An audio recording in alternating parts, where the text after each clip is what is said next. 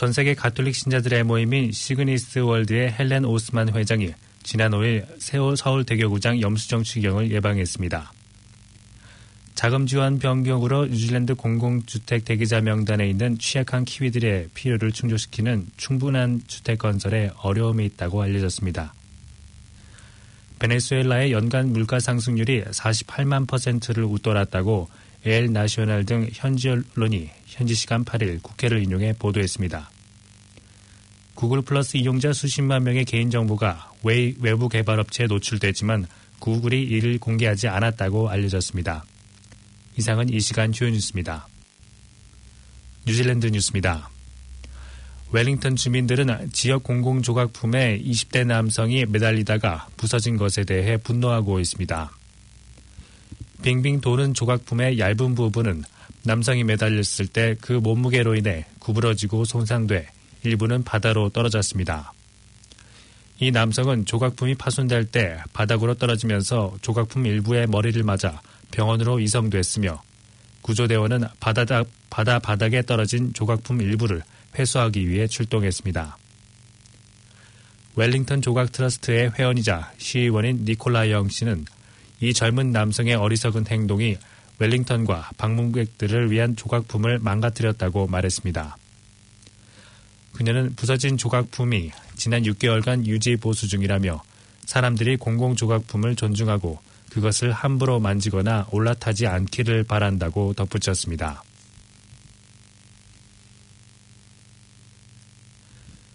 뉴질랜드의 자원지금 지원 변경으로 공공주택 대기자 명단에 있는 취약한 키위들 1,500명의 필요를 충족시키는 충분한 주택 건설에 어려움이 있다고 커뮤니티 하우징 업계 사람들이 말했습니다. 그들은 정부가 새로운 주택 건설 과정에서 커뮤니티 그룹을 제외하는 것처럼 보인다고 말했습니다. 필 트와이포드 장관은 2022년 6월까지 6,400채의 새로운 공공주택을 짓고 그중에 약 30%를 지역 커뮤니티가 건설하기를 바란다고 말하면서 이를 부인했습니다. 이에 대해 몬테 세실리아 하우징 트러스트의 버니 스미스 최고 경영자는 필 트와이포드 장관의 조치가 그렇지 않다고 지적하며 정부가 공공주택을 짓기 위해 더 많은 자금을 커뮤니티 그룹들에게 제공하기를 원한다고 입장을 표명했습니다. 정부는 하우징 뉴질랜드가 29억 달러에 달하는 자금을 승인해 새로운 주택을 짓지만 프로젝트를 수행할 수 있도록 커뮤니티 그룹은 선불금을 받지 못했습니다. 뉴질랜드의 현재 공공주택 총계는 66,582채에 달했으며 커뮤니티 그룹에서는 5,428채를 제공했습니다. 정부 공공주택의 세입자는 소득의 약 25%에 해당하는 돈을 냅니다. 이전 국민당 정부에서는 오클랜드 커뮤니티 그룹이 선행 프로젝트 보조금으로 더 많은 공공주택 건설에 참여했었습니다. 그러나 이 분야의 많은 사람들은 헤럴드와의 인터뷰에서 이 같은 선불금은 작년 9월 새 정부가 선거를 통해 들어선 후 크게 줄어들었다고 말했습니다.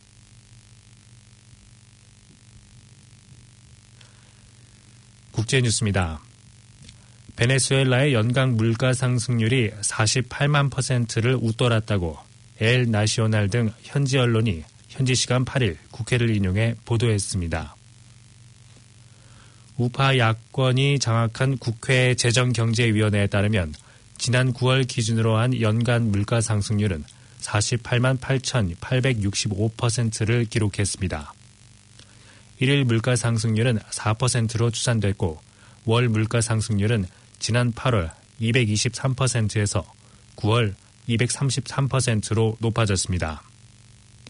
앞서 베네수엘라 정부는 물가를 안정시키고 경제 위기를 타개하기 위해 지난 8월 자국 통화를 10만 대 1로 액면 절하했습니다. 아울러 최저임금을 3,000%로 올리고 급여를 자국산 석유를 토대로 만든 디지털 가상화폐 페트로와 연동시켰습니다. 이러한 조치는 국제통화기금이 올해 베네수엘라의 물가 상승률을 100만 %로 전망하는 등 인플레이션이 더욱 심화될 것이라는 우려 속에서 단행됐습니다. 베네수엘라는 국제 유가가 하락하자 경제가 붕괴하고 정부가 약 3년 전부터 물가 상승률을 포함한 각종 경제 지표를 발표하지 않고 있어 국회가 매달 물가 상승률을 발표하고 있습니다. 도널드 트럼프 미국 대통령의 최측근 인사 중 한 명으로 분류되어 온 호프 힉스 전 백악관 공보국장이 보수 성향 방송 매체 폭스뉴스의 부사장급으로 합류했다고 일간 로스앤젤레스 타임즈가 현지 시간 8일 보도했습니다. 보도에 따르면 힉스는 폭스뉴스, 폭스스포츠 등 28개 TV 네트워크를 거느린 폭스의 최고 홍보 책임자로 일하게 됐습니다. 폭스는 21세기 폭스의 영화, 엔터테인먼트 부문이 월트 디즈니에 매각되면서 뉴스, 스포츠 부문만 따로 떨어져 나와 방송가에서는 뉴 폭스라고도 불립니다. LA타임즈는 힉스가 폭스에 합류함으로써 트럼프 백악관과 폭스 사이의 끈끈한 유대가 다시 한번 입증됐다고 보도했습니다. 구글의 소셜 네트워크 서비스인 구글 플러스 이용자 수십만 명의 개인 정보가 외부 개발 업체에 노출됐지만 구글이 이를 공개하지 않았다고 미 월스트리트 저널이 현지 시간 8일 보도했습니다. 월스트리트 저널은 소식통과 입수한 구글 내부 문건을 이용해 소프트웨어 결함으로 지난 2015년부터 올해 3월까지 이용자 정보 노출 사고가 발생했다면서 이같이 전했습니다. 개인정보가 노출된 구글 플러스 이용자의 숫자는 최대 50만 명에 이르는 것으로 알려졌습니다. 구글은 이날 소비자 버전의 구글 플러스 서비스를 폐쇄할 것이라고 밝혔습니다.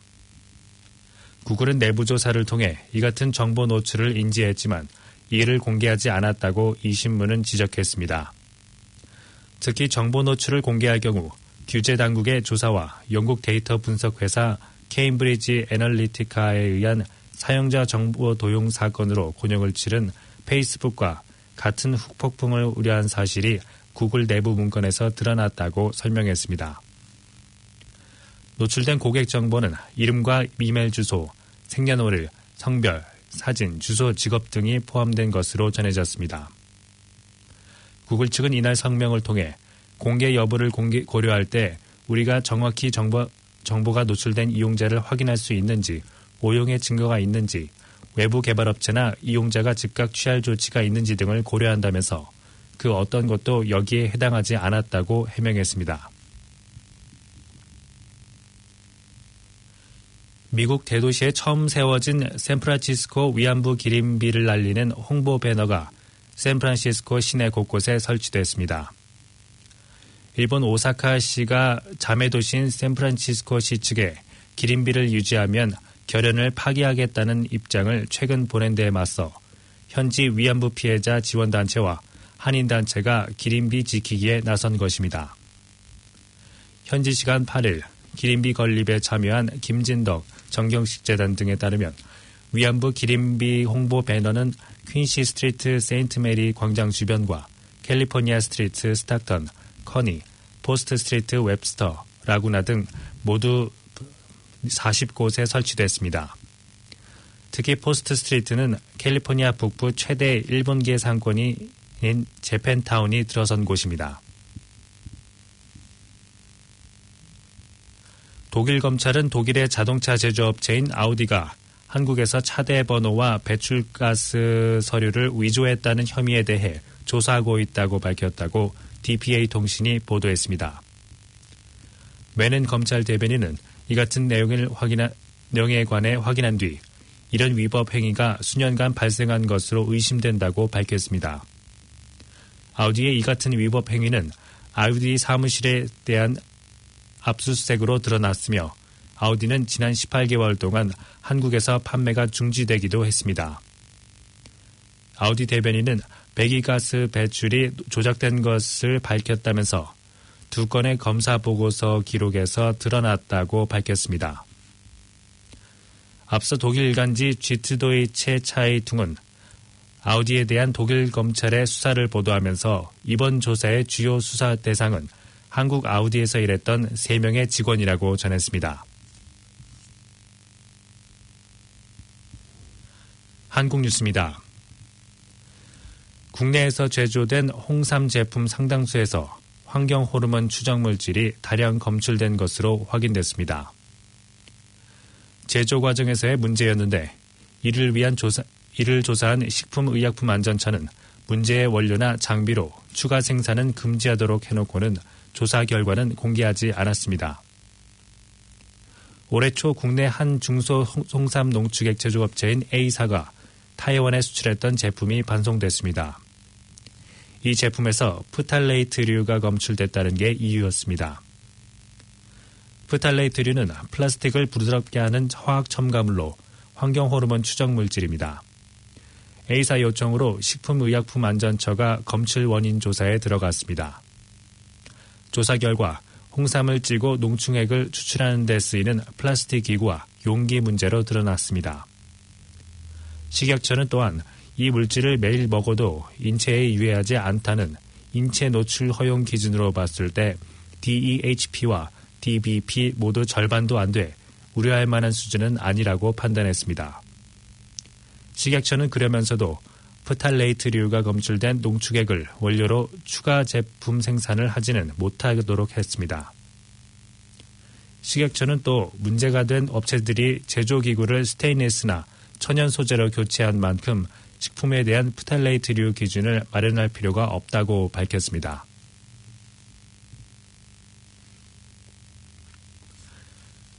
폼페이오 장관이 방북해 김정은 위원장을 만났다는 사실을 북한 매체들도 대대적으로 보도했습니다. 특히 2차 북미 정상회담이 곧 열릴 것이라면서 김정은 위원장이 비핵화 문제 등에 큰 진전을 이룰 것이라는 기대감을 갖고 있다고 밝혔습니다. 폼페이오 장관이 평양을 찾아 김정은 위원장을 만난 지 하루 만에 북한 매체 대부분이 이 소식을 대대적으로 보도했습니다.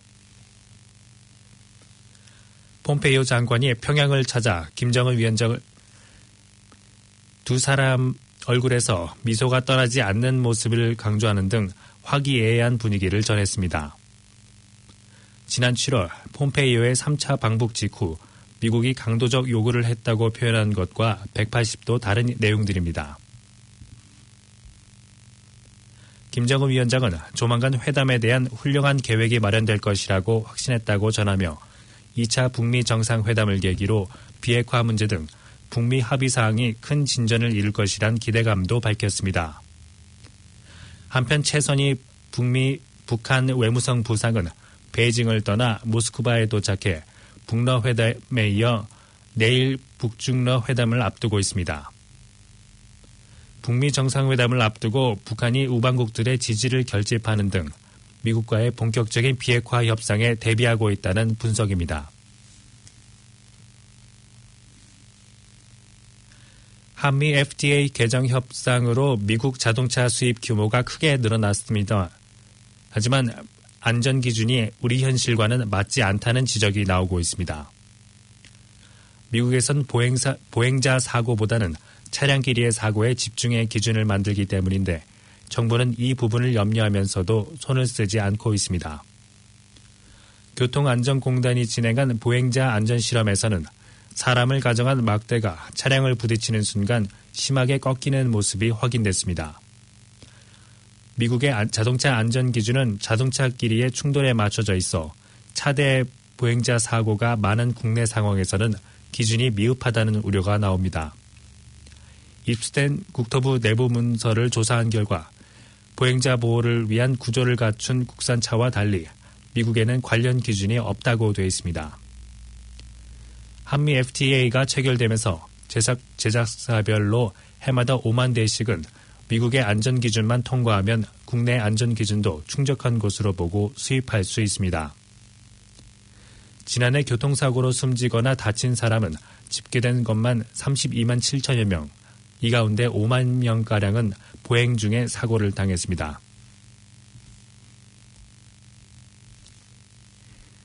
서울 아파트를 살 때 매수 비용의 절반을 대출로 조달한 경우 연간 이자 비용이 1,109만 원에 달한다는 분석이 나왔습니다.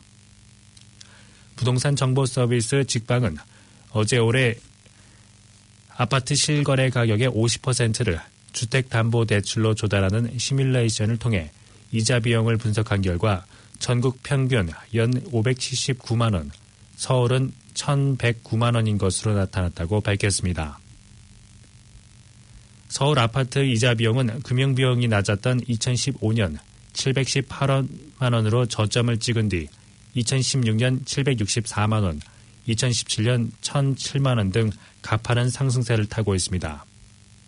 직방 관계자는 파리 대책과 9.13 대책으로 대출 규제가 강화된 데 더해 국내 금리 인상까지 본격화하면 이자 비용에 대한 부담도 동반될 전망이라며 종합부동산세 강화와 금리 인상으로 금융비용이 증가하면 수익성 저하로 투자 수요는 더욱 위축될 것이라고 예상했습니다.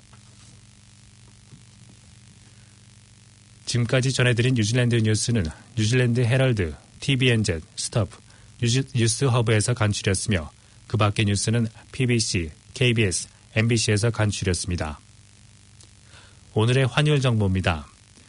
뉴질랜드 달러화 대비 원화의 기준 환율은 733원 67전, 한국에서 보낼 때 741원, 한국에서 받을 때 726원 34전입니다. 끝으로 날씨입니다. 오클랜드 오늘은 대체로 맑은 가운데 가벼운 바람이 불겠습니다. 낮 최고 기온은 17도로 예상됩니다. 수요일인 내일도 대체로 맑겠으며 봄바람이 불겠습니다. 아침 최저 기온은 11도, 낮 최고 기온은 17도로 오늘과 비슷하겠습니다. 지금까지 이선재였습니다. 가톨릭 뉴스입니다. V를 비롯해 라디오, 영화, 인터넷 등 커뮤니케이션 분야에 종사하는 전 세계 가톨릭 신자들의 모임인 시그니스 월드의 헬렌 오스만 회장이 지난 5일 서울대 대교구장 염수정 추기경을 방문했습니다. 미국 출신 커뮤니케이션 분야 전문가인 오스만 회장은 지난해 시그니스의 첫 여성 회장으로 선출됐으며 2021년 서울 서강대학교에서 열릴 시그니스 세계 총회 점검과 서강대와의 MOU 체결을 위해 방한했습니다. 서울대교구장 염수정 추기경은 언론이 진실을 알리는데 좀 더 용기를 가져달라고 당부했습니다. 아울러 한국에서 열릴 시그니스 세계 총회 주제에 대해 진리와 평화, 희망을 제안했습니다. 오스만 회장은 시그니스 세계 총회의 한국 개최 의의를 설명하고 한국 가톨릭 교회는 물론 한국 가톨릭 언론인들과 지속적인 교류를 희망했습니다.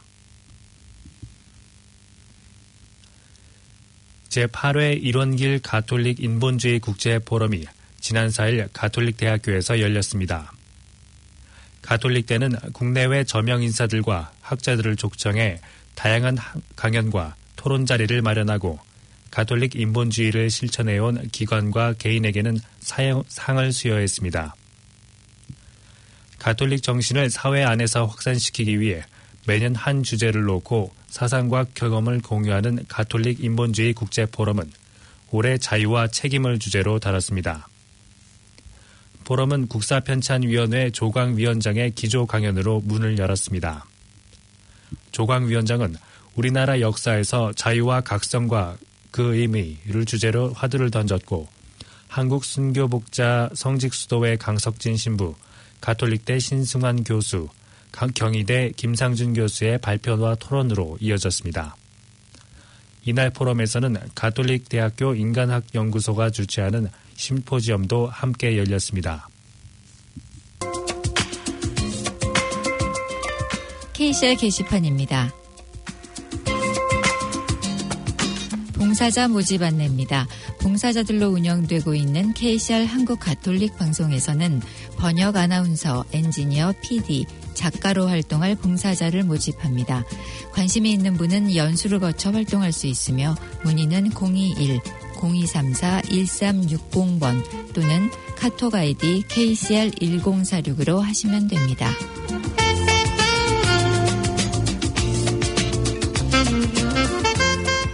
행복누리 시니어 아카데미 텀4 개강 안내입니다. 시니어 아카데미 텀4가 10월 12일에 개강합니다.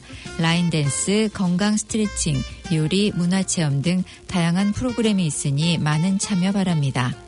50세 이상 누구나 참여가 가능하고 문의는 전화 09-2711-949번 또는 모바일 021-257-3404번으로 하시면 됩니다.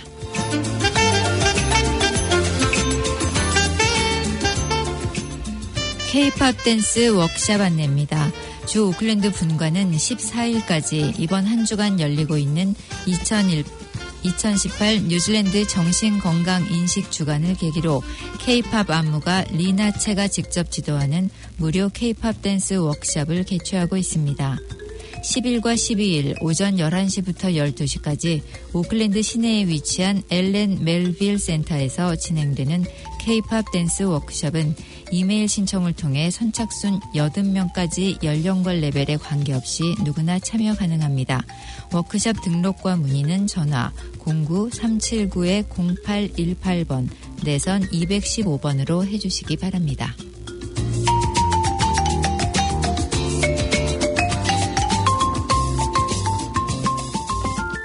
CAB 랭귀지 커넥트 한국어 상담 서비스 안내입니다. CAB 랭귀지 커넥트에서는 뉴질랜드에 거주하시는 모든 분들을 위해 다양한 정보를 한국어로 제공하고 있습니다. 상담 내용은 비밀이 보장되며 비자의 종류와 상관없이 누구나 이용하실 수 있습니다. 월요일에서 금요일 오전 9시에서 오후 4시 사이에 0800-788877번이나 09-624-2550번으로 전화하시면 됩니다. 한국어 교환은 704번입니다.